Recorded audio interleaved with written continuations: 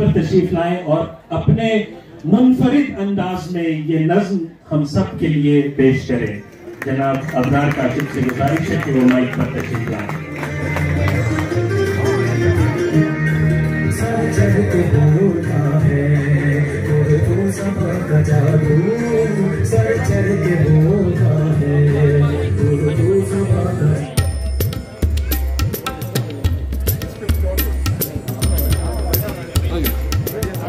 कलम बन गया है खुदा की ज़बान।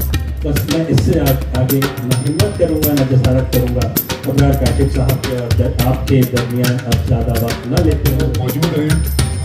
आइए तो आपको कि खुदा का सवाल मुझे कहा गया है कि पहले मैं वो नज़्म पढ़ूं, उसके बाद में फिर वो नज़्म। आइए तशरीफ लाइए। आइए आपके भाई तशरीफ ला रहे हैं। भाई तशरीफ लाइए। नौजवानों को जिंदगी जीना सिखाया है। जिंदगी के हर पहलू को उन्होंने जीने की कामयाब कोशिश की। बेशक हो या ना हो, उनकी शायरी जरूर समझ लेता है।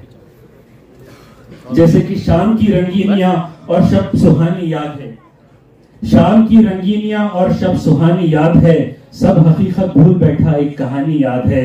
और आंसुओं से मैं बनाता हूं तेरी तस्वीर अब, आंसुओं से मैं बनाता हूं तेरी तस्वीर अब, मेरी आंखों को तेरा चेहरा ज़बानी याद है।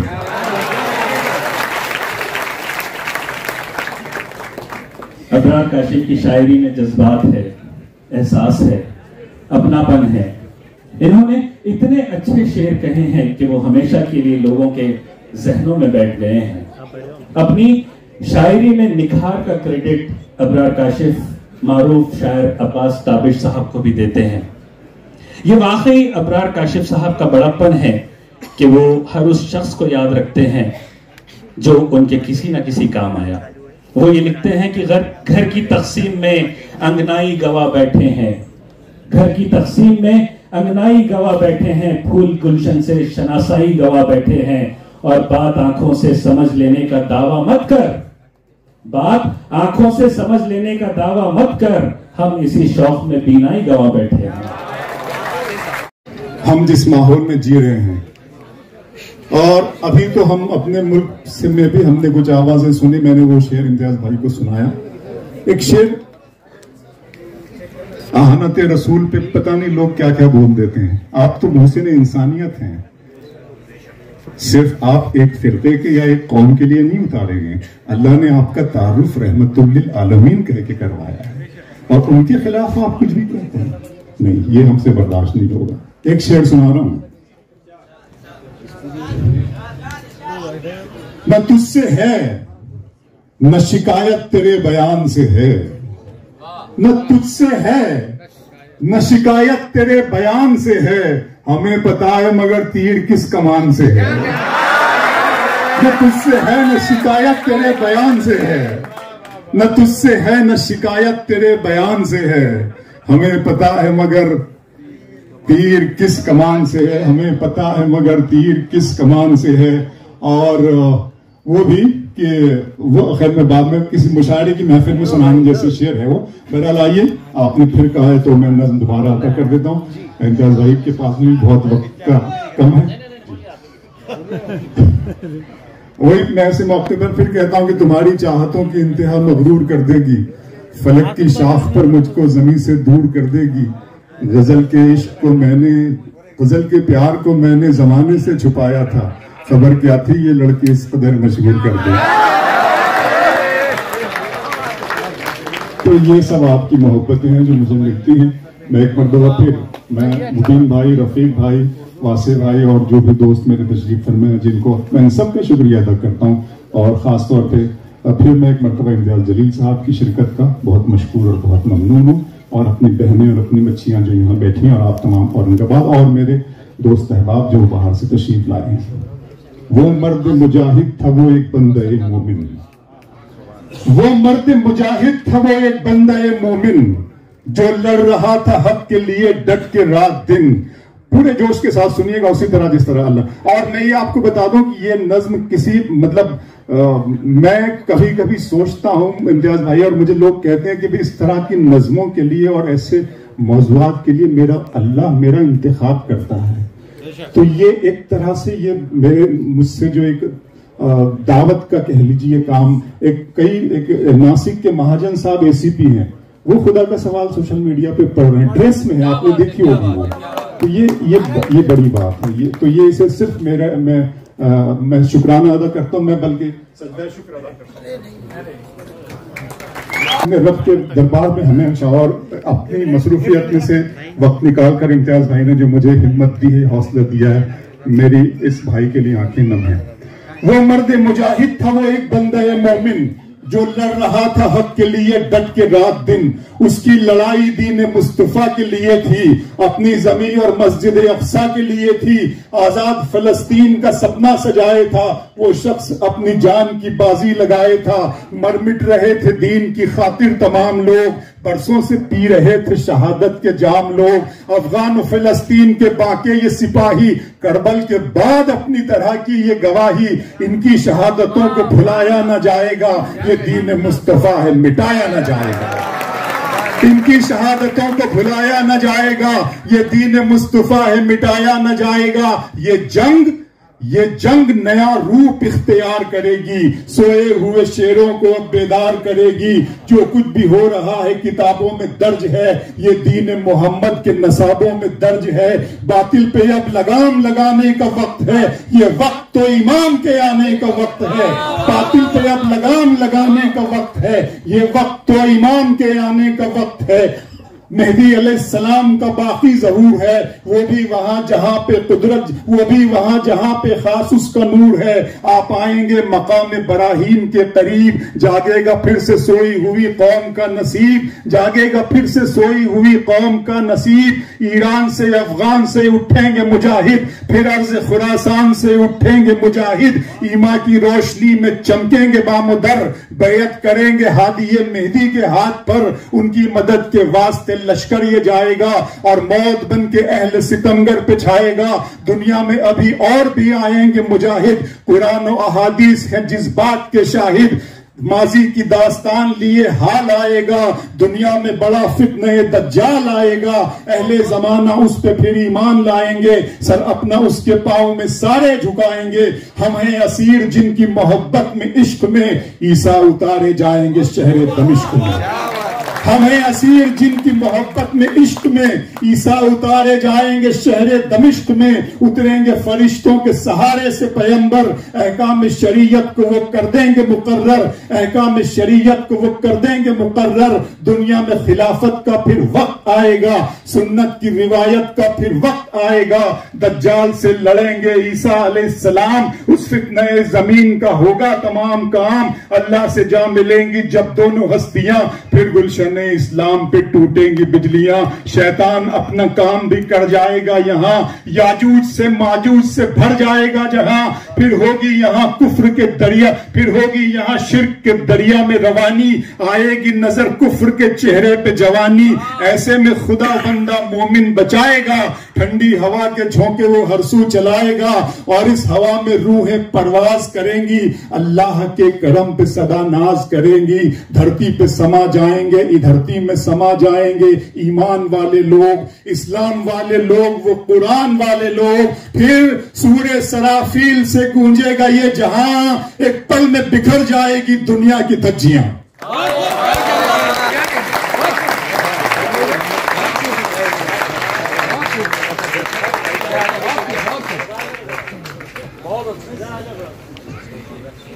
आमीन निकल रहा था। अल्लाह करे आपकी ये तमाम दुआएं कबूल हो। अब मैं जनाब इम्तियाज जलील साहब से दरख्वास्त करता हूँ।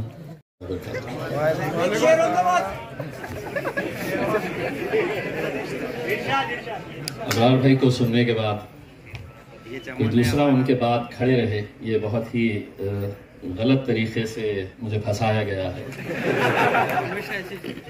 अबरार भाई वाकई में ये जो नज़म है आपकी, ये आज के जो हालात हैं, हम सभी मिलकर ये दुआ करें कि हमारा फितनाए दज्जाल भी बहुत जल्द ख़त्म हो जाए। जिस हालात से हम गुजर रहे हैं, अबरार भाई ने बिल्कुल सही बात कही है। अब्रार भाई मेरे लिए सिर्फ एक शायर ही नहीं है, एक बहुत अजीम शख्सियत है, मेरे भाई है, दोस्त है, और मैं उनका बहुत बड़ा फैन हूँ। यकीनन आपके फैन है सर। उन्होंने एक बात कही है कि हम दोनों जो काम कर रहे हैं वो मोहब्बत का काम कर रहे हैं। मैं सियासत के जरिए कर रहा हूं और वो साहित्य के जरिए कर रहे हैं। उन्होंने कहा कि इम्तियाज जलील मुझे बिगाड़ना भी चाहते हैं करके। मैं कैसे बिगाड़ना चाहता हूं उन्हें ये भी बताना जरूरी है, और यकीनन आप लोग मेरा साथ देंगे इन्हें बिगाड़ने में। दरअसल मैं अब्रार भाई को जब से करीब से देखने लगा, उनसे बार बार मिलने लगा, इसमें कोई दो राय नहीं है कि जिस मुशायरे की निजामत अबरार काशिफ साहब करते हैं उसकी कामयाबी 200% की गारंटी देती है। तो जब से मैं अबरार भाई के करीब आया, मैं आज तकरीबन 2 साल पहले अबरार भाई 2019 में मैंने 2019 में मैंने अबरार भाई को यह कहा था, अबरार भाई चलिए सियासत के मैदान में उतरा जाएगा। और मैं लगातार जब भी उनसे मिलता हूं उन्हें ये बार बार ये दावत देता हूं, अबरार भाई अगर पार्लियामेंट के अंदर मुझे खड़े रहना और जिन जिन मुद्दों के ऊपर बोलना तो मुझे तकरीर करना पड़ता है, वो लोगों को समझ में आ जाती मैं जो बोल रहा हूं। अगर आप खड़े रहे और ये नज़म पढ़ दे तो दज्जाल को समझने के लिए कम से कम 8 दिन लग जाएंगे कि क्या कहा है।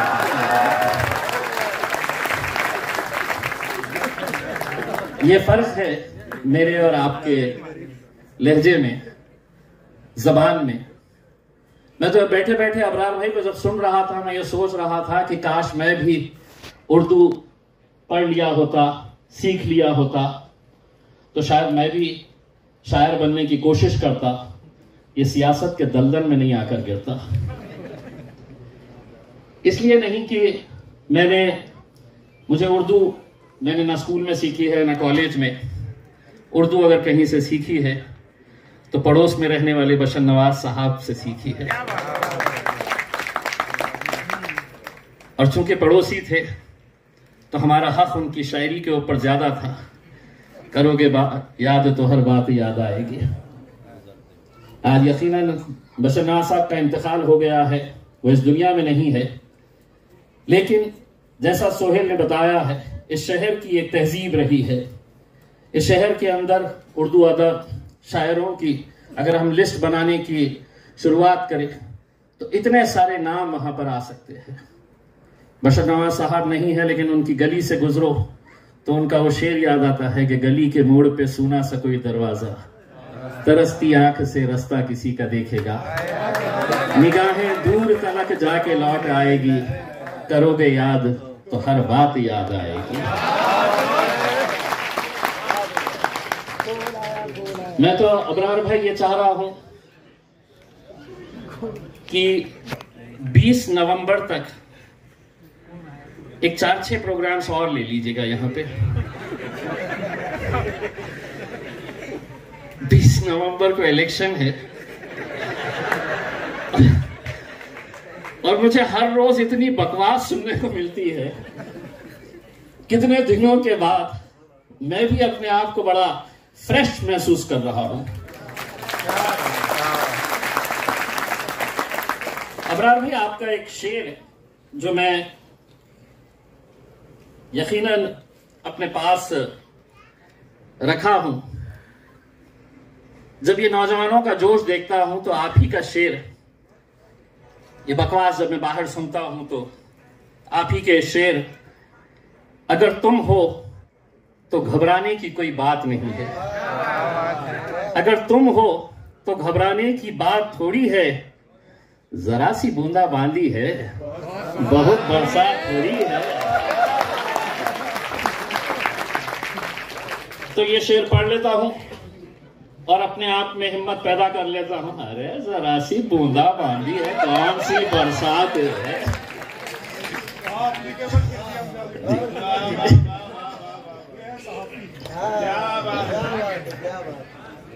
तो मैं अबरार भाई को बहुत बहुत मुबारकबाद पेश करता हूं। अबरार भाई, आज यकीनन सोशल मीडिया का दौर है और हमने बहुत सारे शायरों को देखा है जो दुनिया में मशहूर हुए हैं, तो वो सोशल मीडिया का सहारा लेकर अपनी मकबूलियत उन्होंने हासिल की है। ये आपके टैलेंट का नतीजा है कि बगैर सोशल मीडिया के ऊपर आए हुए आज सारी दुनिया अबरार काशिफ का नाम जानती है, आपके कलमात को जानती है। ये आपका हुनर है, ये टैलेंट है। और अबरार भाई, सही मानों में अगर देखा जाए तो जब आप बोलते हैं तो ऐसा लगता है कि आप बोलते ही जाए, रुके ना। लेकिन आज आपने इस शहर को चुना अपने इस YouTube को, आपके सोशल मीडिया को लॉन्च करने के लिए। मैं औरंगाबाद की अदब और तहजीब से ताल्लुक़ रखने वाली आवाम की तरफ से आपका तहे दिल से शुक्रिया अदा करता हूं।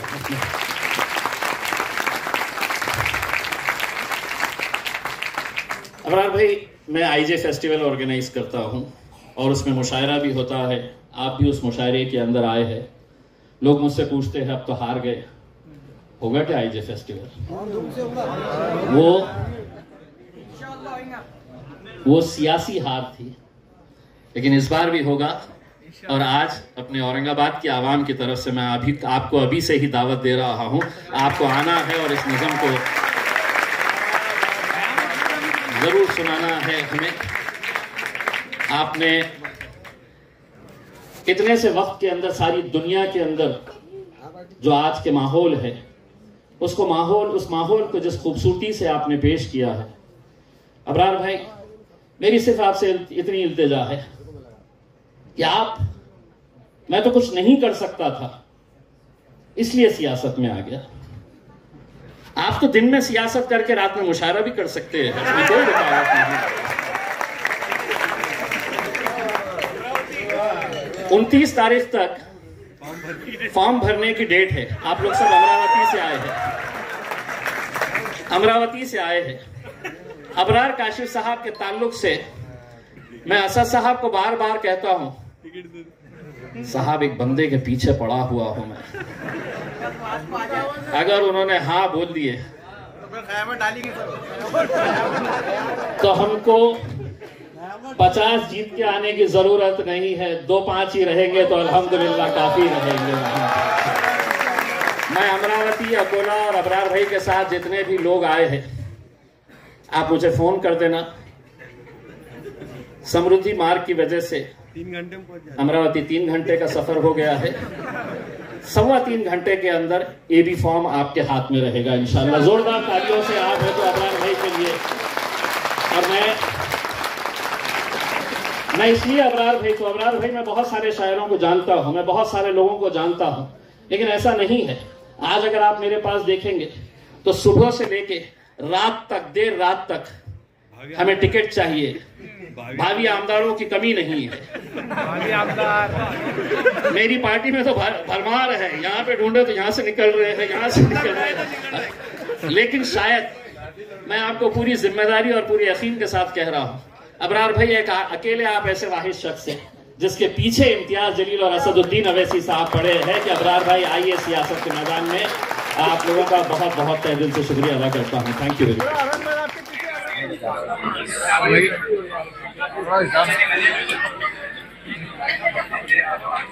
ओ भाई जलील साहब, थोड़ी मुस्कुराहट।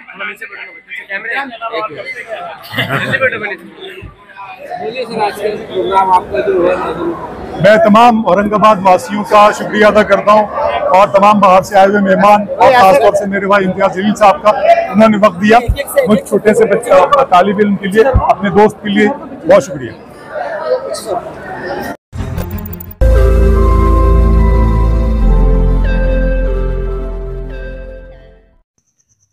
रोज नई खबरों को देखने के लिए हमारे औरंगाबाद समाचार चैनल को सब्सक्राइब कीजिए और नोटिफिकेशन पाने के लिए हमारे बेल आइकन को दबाइए ताकि हर खबर की नोटिफिकेशन आपको मिलती रहे।